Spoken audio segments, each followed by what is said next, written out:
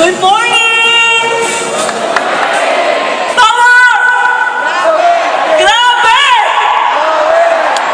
Masarap po bang i-enjoy ang buhay kapag wala po tayong nararamdaman? Kaya ko po nasabi to kasi dumating sa buhay naming pamilya na nag-i-enjoy kami, pero dahil yun po yung pakiramdam na parang huling mga panahon na po namin sa buhay dahil po kami ay may karamdaman. Hayaan niyo po ako na isama ang aking mag-ama dito sa stage kasi po sila po ang pinanghuhugutan ko ng lakas. Sila po ang buhay ko. At kaya ko po iwan lahat para po sa kanila. Ang story po namin, kami po ay nagtuturo. At simula po nung single ako po ay isang diabetic person. Na kung saan, alam po natin kapag single, hindi po ganun kalawak yung pag-aalala pagdating sa katawan. Pero dumating po sa punto ng buhay namin nung kami po ay nag-asawa na. Hindi ko po alam na ang pinakamasakit na maranasan bilang isang diabetic person ay ang magkaroon ng isang anak na meron pong butas sa puso, 2 butas yun sa puso. Dumating po sa buhay namin ang batang to.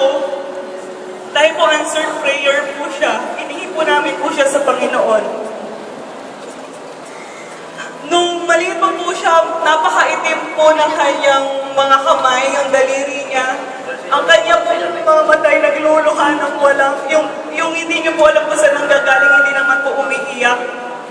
Talong po ang kulay ng kanyang bibig. At kapag tuwing aatakihin po siya na parang epileptic, kailangan po namin idikit ang kanyang paa, ang tuhod niya sa kanya. Para po makahinga po siya ng ayos. Lahat po ng bata nagkakaroon ng viral infection. At pag dumadating po yun sa anak namin, lumalaki po yung ulo niya kasi tumataas po yung bakterya sa utak niya, kaya po namamaga ang kanyang utak. Hindi po namin akalain na ganito po yung sasapitin niya. At araw-araw na nakikita ko naghihirap ang aking anak, alam ko, dahil sa akin, kaya po siya nagkakaganon. Bilang isang diabetic person, nag-i-insulin na po ako umaga at gabi, to the point of yung stress level ko po parang hindi na kinakaya ng insulin dependency ko, na kung saan parang wala na po siyang effect. At dahil nga po nakikita ko naghihirap ang aking anak, dumarating po sa punto na mas matindi pa po yung tama po ng stress para po lalong maghirap yung katawan ko. To the point na lagi ako naninigas, namumulikat po ang aking paa at kamay, hindi ko po siya mailakad kung wala pong injection. Marami na pong pasa ang aking katawan kaka-inject at hindi ko po alam kung paano na po mawawala yun. Noong nakita ko po na ang kondisyon ng anak ko ay hindi na po kami magtatagal sa Mindanao, galing po kaming Zamboanga. Ibinaba po namin siya dito po sa Manila na kung saan naging part po siya ng OPD ng Philippine Heart Center. Pero kung bago po mangyari yun, dahil po sa pakiramdam ko, wala na pong pag-asa ang aming kondisyon. Dumating po sa punto ng buhay ko na nagkaroon po ng diabetic stroke. Nabulag na po ako ng 5 hours. Dahil po, nagbaas po ang sugar level ko ng 700. Yung panahon na po na yun, hinihingi na po namin mag-anak na kunin na po kami kasi po naawa na rin po ko sa asawa ko na wala na pong magawa. Kung hindi alagaan kaming mag-ina, kung hindi po dahil sa pamilya niya, siguro po hanggang doon na lang po yung buhay namin. Until one day, nag-decide po kami pumunta dito sa Manila. Hindi po kami taga rito. Iniwan po namin ang lahat-lahat ng trabaho namin para po masustanan yung pangangailangan ng anak ko po. Iniwan po namin yun from Mindanao going to Manila. Nakiusap po kami sa mga kaibigan namin dito. Nagpatarehan kami sandalian lang at kapag gumaling naman po kami po ay babawi. Kaliwa kanan, para po kami nag-house hopping. Kung sino po magpapatira sa amin until one day, wala na po nagpapatira sa amin. We prayed a lot na meron pong tatanggap sa amin, and we really thank God na meron pong isa sa aming mga church member na nagpatira po sa amin. Na ngayon po ay kasama po natin at partner na rin po natin dito po sa AIM Global. Ito po ay nasa pangalan si Shea Mariano.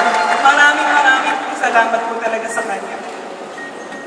Dumating po ang punto na hindi po pwedeng hindi po kami magtatrabaho dito sa Manila, but then because it's September, wala po kaming pagpapasukan na school dahil po kami nagtuturo, dahil po nagsimula na po ang school year. Dumating po sa punto na I have to decide to work as a call center agent dahil po para po meron kami makaing pamilya. And it got worse. My diabetes got worse because dahil nga po sa gabi po kami nagtatrabaho at bawal po ang puyat sa isang katulad po. Dumating po ang punto na every time may initan po ako ng araw from work, isinusuka ko po ang sakit ng ulo ko, at dahil po mataas po ang sugar ko, umiihi po ako sa aking pantalon nang hindi ko na po nakokontrol na makarating pa sa CR. That is the worst part of our life until one Saturday. Sabi ko, ito na po yung huli kong simba. Kasi po nahihirapan na po ako na lagi naaarawan galing po sa pagpupuyat sa call center. Sabi ko, mag-isimba ako siguro gabi na lang. Pero yung the whole morning, hindi ko na po kakayanin.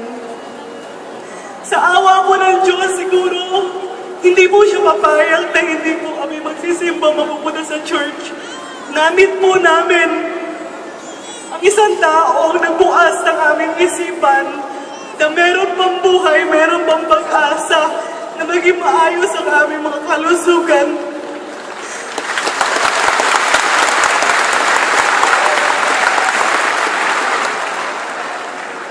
Wala pong itong iba kung hindi si Mr. Ramon Alburo, ang founder ng grupong Tulungan Walang Iwanan simula sa hirap hanggang sa ginhawa ng buhay.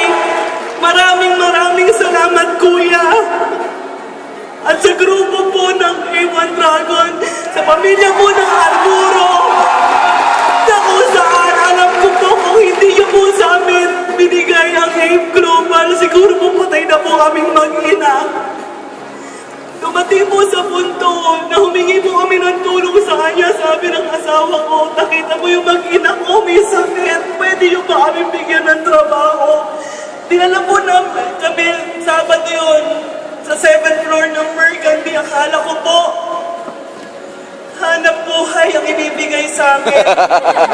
Job interview, inupo po kami sa seminar.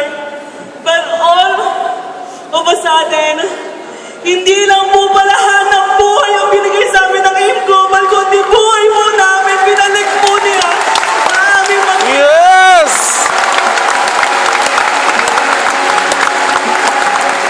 Hindi ko po akalain na gagaling po yung anak ko sa complete. Hindi ko po akalain mawawala po yung insulin ko, mawawala po mga maintenance ko dahil po sa produkto ng AIM Global.